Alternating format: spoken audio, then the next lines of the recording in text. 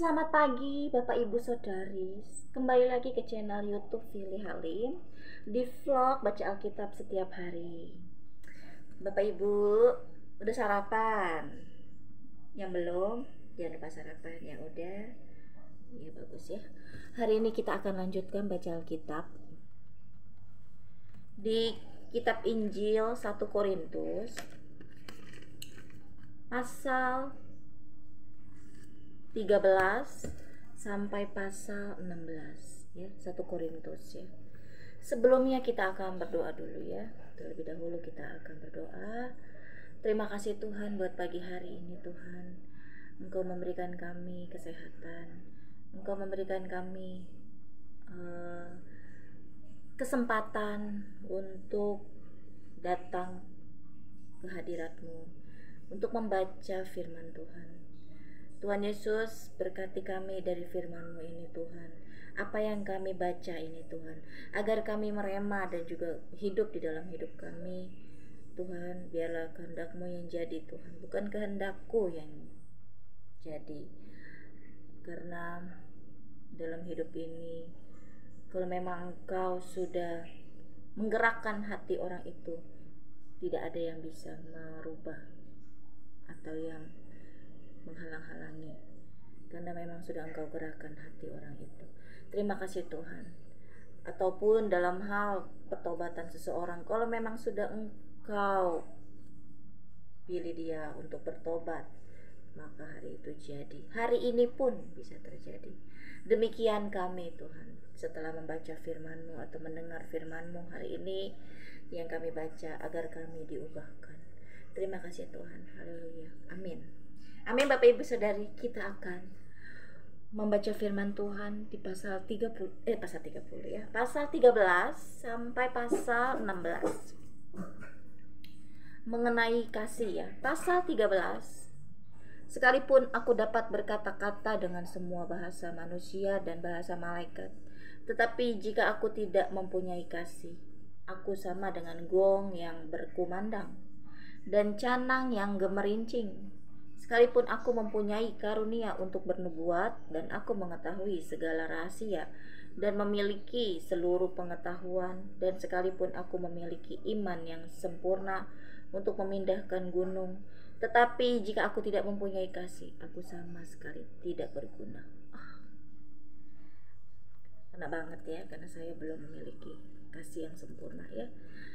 Kita lanjut ya, ayat 3. Dan sekalipun aku membagi-bagikan segala sesuatu yang ada padaku, bahkan menyerahkan tubuhku, sebentar Bapak Ibu, menyerahkan tubuhku, bunyi ya Bapak Ibu, tadi baca ayat mana? Saya ulang ya, ayat 3 ya. Dan sekalipun aku membagi-bagikan segala sesuatu yang ada padaku, bahkan menyerahkan tubuhku untuk dibakar, tetapi jika aku tidak mempunyai kasih, sedikit pun tidak ada faedahnya bagiku. Pun, kasih itu sabar, kasih itu murah hati, ia tidak cemburu, ia tidak memegahkan diri dan tidak sombong. Ia tidak melakukan yang tidak sopan dan tidak mencari keuntungan diri sendiri. Ia tidak pemarah dan tidak menyimpan kesalahan orang lain. Ia tidak bersuka cita karena ketidakadilan, tetapi ia bersuka cita karena kebenaran. Ia menutupi segala sesuatu, percaya segala sesuatu, mengharapkan segala sesuatu, sabar menanggung segala sesuatu. Kasih tidak berkesudahan, nubuat akan berakhir, bahasa roh akan berhenti, pengetahuan akan lenyap. Aduh, maaf ya Bapak Ibu, ada nih. Turun. Ganggu dong. Tadi saya baca ayat 8, saya ulang lagi ya. Maaf itu sih bocah. Kasih tidak berkesudahan, nubuat akan berakhir, bahasa roh akan berhenti, pengetahuan akan lenyap. Sebab pengetahuan kita tidak lengkap dan nubuat kita tidak sempurna. Tetapi jika yang sempurna tiba, maka yang tidak sempurna itu akan lenyap. Ayat 11. Ketika aku kanak-kanak, aku berkata-kata seperti kanak-kanak. Aku merasa seperti kanak-kanak. Aku berpikir seperti kanak-kanak. Sekarang sesudah aku menjadi dewasa, aku meninggalkan sifat kanak-kanak itu. Karena sekarang kita melihat dalam cermin suatu gambaran yang samar-samar. Tetapi nanti kita akan melihat muka dengan muka. Sekarang aku hanya mengenal dengan tidak sempurna. Tetapi nanti aku akan mengenal dengan sempurna, seperti aku sendiri dikenal. Demikianlah tinggal ketiga hal ini, yaitu iman, pengharapan, dan kasih. Dan yang paling besar diantaranya ialah kasih. Ya Bapak Ibu, kita akan lanjutkan di pasal 14. Sekali lagi tentang karunia roh. Kejarlah kasih itu dan usahakanlah dirimu memperoleh karunia-karunia roh, terutama karunia untuk bernubuat. Siapa yang berkata-kata dengan bahasa roh tidak berkata-kata kepada manusia, tetapi kepada Allah, sebab tidak ada seorang pun yang mengerti bahasanya. Oleh roh ia mengucapkan hal-hal yang rahasia. Tetapi siapa yang bernubuat, ia berkata-kata kepada manusia. Ia membangun, menasehati, dan menghibur. Siapa yang berkata-kata dengan bahasa roh, ia membangun dirinya sendiri. Tetapi siapa yang bernubuat, ia membangun jemaat. Aku suka supaya kamu semua berkata-kata dengan bahasa roh, tetapi lebih daripada itu, supaya kamu bernubuat. Sebab orang yang bernubuat lebih berharga daripada orang-orang yang berkata-kata dengan bahasa roh, kecuali kalau orang itu juga menafsirkannya, sehingga jemaat dapat dibangun. Jadi saudara-saudara, jika aku datang kepadamu dan berkata-kata dengan bahasa roh, apakah gunanya itu bagimu? Jika aku tidak menyampaikan kepadamu penyataan Allah, atau pengetahuan, atau nubuat, atau pengajaran. Sama halnya dengan alat-alat yang tidak berjiwa, tetapi yang berbunyi, seperti seruling dan kecapi. Bagaimanakah orang dapat mengetahui lagu apakah yang dimainkan seruling atau kecapi, kalau keduanya tidak mengeluarkan bunyi dan berbeda? Atau jika nafiri tidak mengeluarkan bunyi yang terang, siapakah yang menyiapkan diri untuk berperang? Demikianlah juga kamu yang berkata-kata dengan bahasa roh.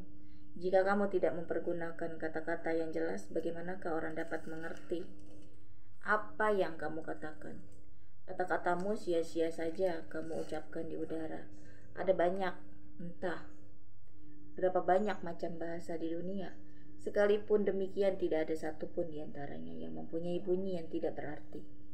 Tetapi jika aku tidak mengetahui arti bahasa itu, aku menjadi orang asing bagi dia yang mempergunakannya, dan dia orang asing bagiku. Demikian pula dengan kamu. Kamu memang berusaha untuk memperoleh karunia-karunia roh, tetapi lebih daripada itu, hendaklah kamu berusaha mempergunakannya untuk membangun jemaat. Karena itu siapa yang berkata-kata dengan bahasa roh, ia harus berdoa supaya kepadanya diberikan juga karunia untuk menafsirkannya. Sebab jika aku berdoa dengan bahasa roh, maka rohku lah yang berdoa, tetapi akal budiku tidak turut berdoa. Jadi apakah yang harus kubuat? Aku akan berdoa dengan rohku, tetapi aku akan berdoa juga dengan akal budiku. Aku akan menyanyi dan memuji dengan rohku, tetapi aku akan menyanyi dan memuji juga dengan akal budiku. Sebab jika engkau mengucap syukur dengan rohmu saja, bagaimanakah orang biasa yang hadir sebagai pendengar dapat mengatakan amin atas pengucapan syukurmu? Bukankah ia tidak tahu apa yang engkau katakan? Sebab sekalipun pengucapan syukurmu itu sangat baik, tetapi orang lain tidak dibangun olehnya. Aku mengucap syukur kepada Allah bahwa aku berkata-kata dengan bahasa roh lebih daripada kamu semua. Tetapi dalam pertemuan jemaat aku lebih suka mengucapkan 5 kata yang dapat dimengerti untuk mengajar orang lain juga, daripada beribu-ribu kata dengan bahasa roh. Saudara-saudara, janganlah sama seperti anak-anak dalam pemikiranmu. Jadilah anak-anak dalam kejahatan, tetapi orang dewasa dalam pemikiranmu. Dalam hukum Taurat ada tertulis, oleh orang-orang yang mempunyai bahasa lain dan oleh mulut orang-orang asing, aku akan berbicara kepada bangsa ini. Namun demikian mereka tidak akan mendengarkan aku, firman Tuhan. Karena itu karunia bahasa roh adalah tanda, bukan untuk orang yang beriman, tetapi untuk orang yang tidak beriman. Sedangkan karunia untuk bernubuat adalah tanda, bukan untuk orang yang tidak beriman, tetapi untuk orang yang beriman.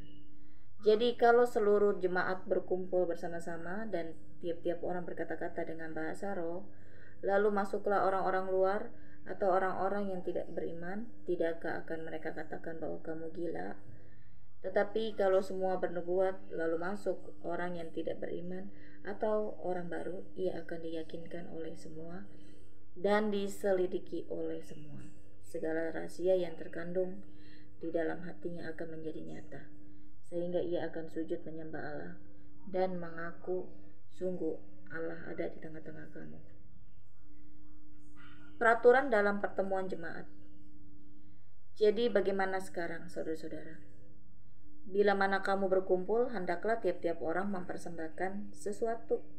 Yang seorang mazmur, yang lain pengajaran atau penyataan Allah, atau karunia bahasa roh, atau karunia untuk menafsirkan bahasa roh. Tetapi semuanya itu harus dipergunakan untuk membangun. Jika ada yang berkata-kata dengan bahasa roh, biarlah dua atau sebanyak-banyaknya 3 orang, seorang demi seorang, dan harus ada seorang lain untuk menafsirkan, dan harus ada seorang lain untuk menafsirkannya. Jika tidak ada orang yang dapat menafsirkannya, hendaklah mereka berdiam diri dalam pertemuan jemaat, dan hanya boleh berkata-kata kepada dirinya sendiri dan kepada Allah. Maaf ya Bapak Ibu, saya sebentar ya. Maaf Bapak Ibu, saya minum dulu sedikit ya. Suaranya agak kering. Aduh. Agak ya. Kita akan lanjutkan ya.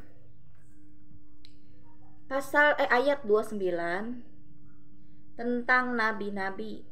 Baiklah 2 atau 3 orang diantaranya berkata-kata, dan yang lain menanggapi apa yang mereka katakan.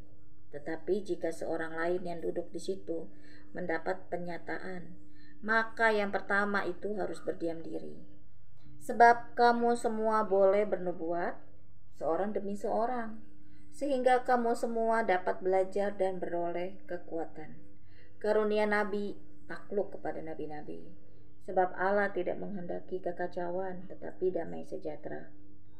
Sama seperti dalam semua jemaat orang-orang kudus, perempuan-perempuan harus berdiam diri dalam pertemuan-pertemuan jemaat, sebab mereka tidak diperbolehkan untuk berbicara. Mereka harus menundukkan diri, seperti yang dikatakan juga oleh hukum Taurat. Jika mereka ingin mengetahui sesuatu, baiklah mereka menanyakannya kepada suaminya di rumah. Sebab tidak sopan bagi perempuan untuk berbicara dalam pertemuan jemaat. Adakah firman Allah mulai dari kamu? Atau hanya kepada kamu sajakah firman itu telah datang? Jika seorang menganggap dirinya nabi atau orang yang mendapat karunia rohani, ia harus sadar bahwa apa yang kukatakan kepadamu adalah perintah Tuhan. Tetapi jika ia tidak mengindahkannya, janganlah kamu mengindahkan dia. Karena itu, saudara-saudaraku, usahakanlah dirimu untuk memperoleh karunia untuk bernubuat, dan janganlah melarang orang yang berkata-kata dengan bahasa roh. Tetapi segala sesuatu harus berlangsung dengan sopan dan teratur. Pasal 15, kebangkitan Kristus. Dan sekarang saudara-saudara, aku mau mengingatkan kamu kepada Injil yang aku beritakan kepadamu, dan yang kamu terima, dan yang di dalamnya kamu teguh berdiri.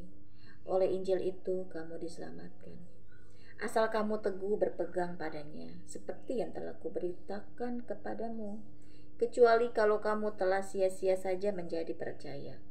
Sebab yang sangat penting telah kusampaikan kepadamu, yaitu apa yang telah kuterima sendiri, ialah bahwa Kristus telah mati karena dosa-dosa kita, sesuai dengan kitab suci, bahwa ia telah dikuburkan dan bahwa ia telah dibangkitkan pada hari yang ketiga sesuai dengan kitab suci, bahwa ia telah menampakkan diri kepada Kefas dan kemudian kepada ke-12 muridnya.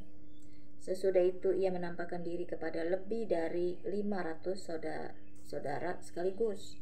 Kebanyakan dari mereka masih hidup sampai sekarang, tetapi beberapa di antaranya telah meninggal. Selanjutnya ia menampakkan diri kepada Yakobus, kemudian kepada semua rasul. Dan yang paling akhir dari semuanya, ia menampakkan diri juga kepadaku, sama seperti kepada anak yang lahir sebelum waktunya. Karena aku adalah yang paling hina dari semua rasul, bahkan tidak layak disebut rasul. Sebab aku telah menganiaya jemaat Allah. Tetapi karena kasih karunia Allah, aku adalah sebagaimana aku ada sekarang. Dan kasih karunia yang dianugerahkannya kepadaku tidak sia-sia. Sebaliknya, aku bekerja lebih keras. Aku telah bekerja lebih keras daripada mereka semua. Tetapi bukannya aku, melainkan kasih karunia Allah yang menyertai aku.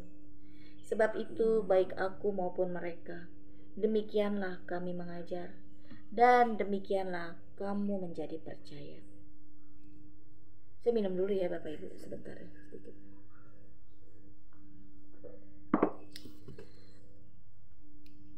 Kebangkitan kita ya.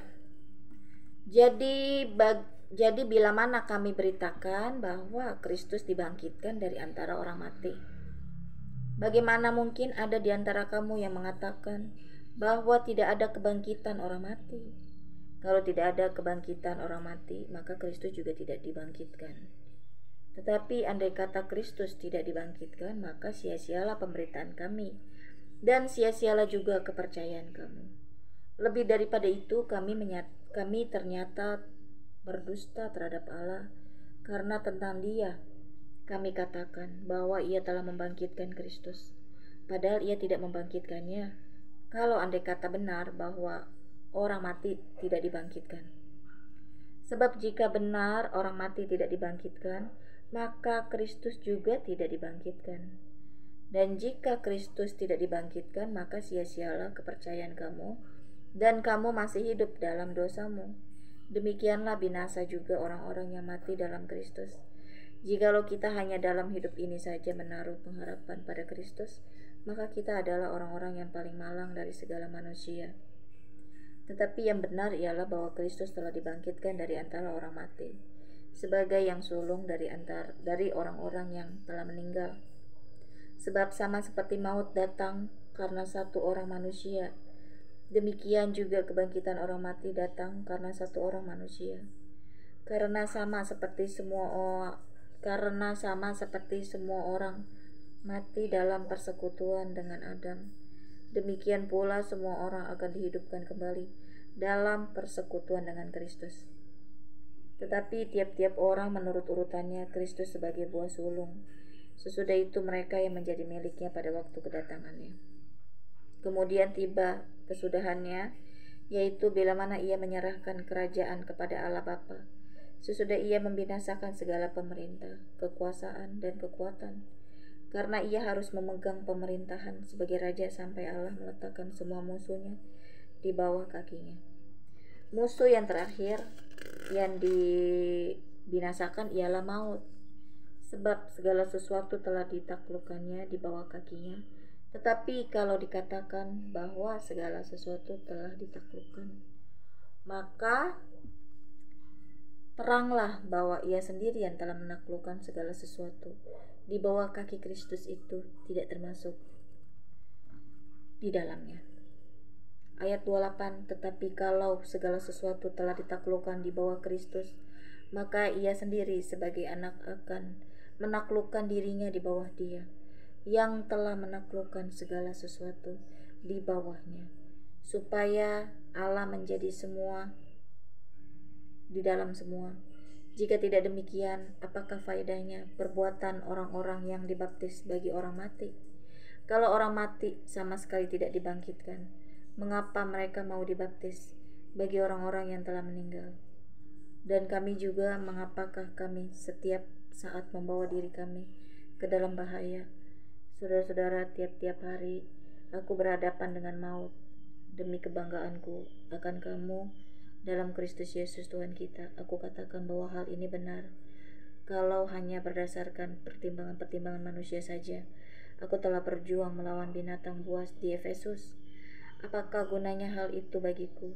Jika orang mati tidak dibangkitkan, maka marilah kita makan dan minum, sebab besok kita mati. Janganlah kamu sesat. Pergaulan yang buruk merusakkan kebiasaan yang baik. Sadarlah kembali sebaik-baiknya, dan jangan berbuat dosa lagi. Ada di antara kamu yang tidak mengenal Allah. Hal ini kukatakan supaya kamu merasa malu. Kebangkitan tubuh. Tetapi mungkin ada orang yang bertanya, bagaimanakah orang mati dibangkitkan? Dan dengan tubuh apakah mereka akan datang kembali?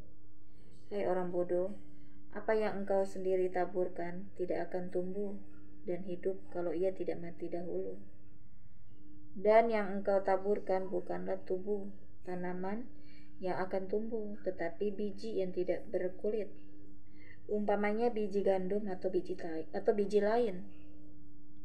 Tetapi Allah memberikan kepadanya suatu tubuh, seperti yang dikehendakinya. Ia memberikan kepada tiap-tiap biji tubuhnya sendiri. Bukan semua daging sama. Daging manusia lain daripada daging binatang, lain daripada daging burung, lain daripada daging ikan. Ada tubuh sorgawi dan ada tubuh duniawi. Tetapi kemuliaan tubuh sorgawi lain daripada kemuliaan tubuh duniawi.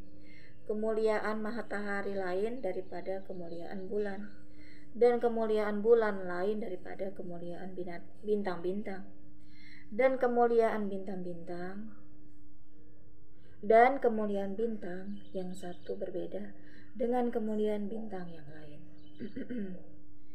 Demikianlah pula halnya dengan kebangkitan orang mati.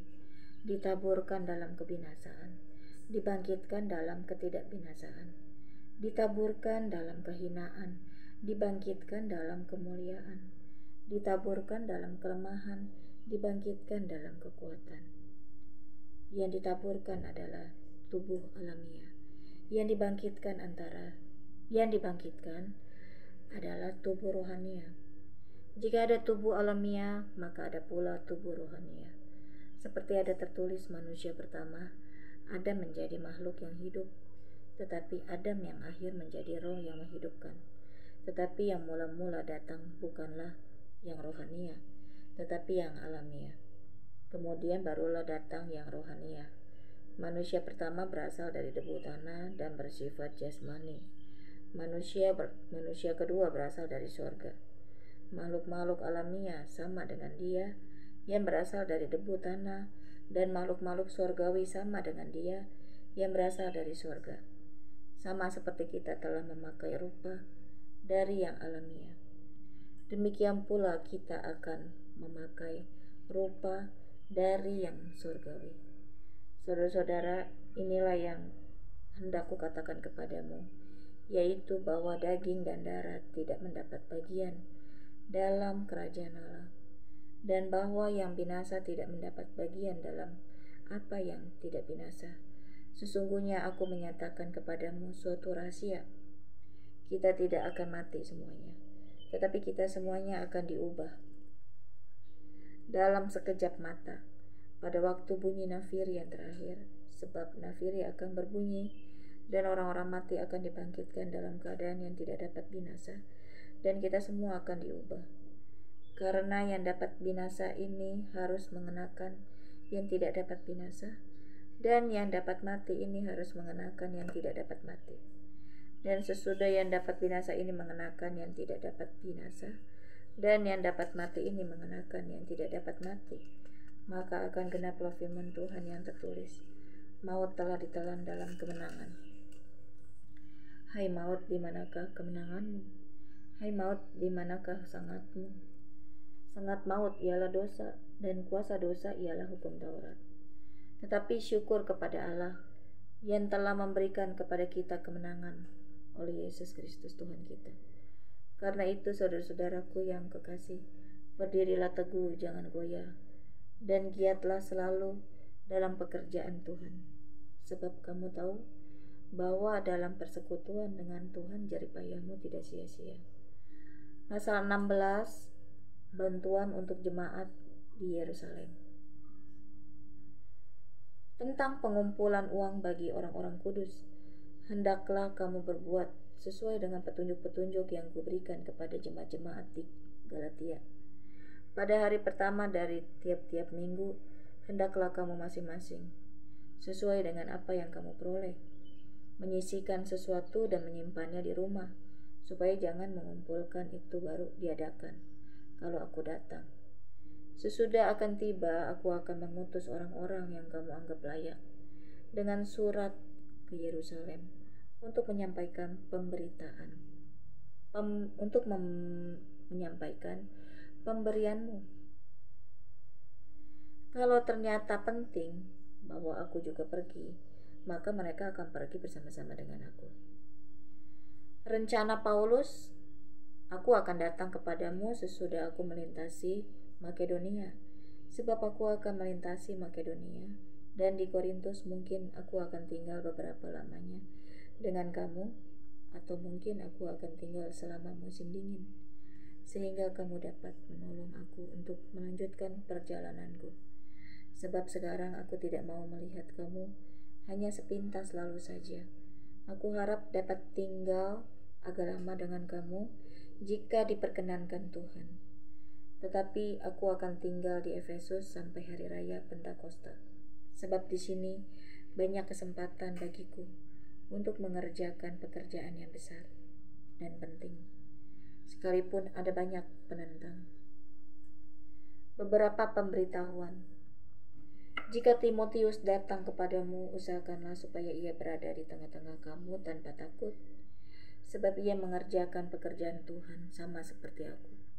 Jadi janganlah ada orang yang menganggapnya rendah, tetapi tolonglah dia supaya ia melanjutkan perjalanannya dengan selamat, agar ia datang kembali kepadaku. Sebab aku di sini menunggu kedatangannya bersama-sama dengan saudara-saudara yang lain. Tentang saudara Apolos, telah berulang-ulang aku mendesaknya untuk bersama-sama dengan saudara-saudara lain mengunjungi kamu. Tetapi ia sama sekali tidak mau datang sekarang.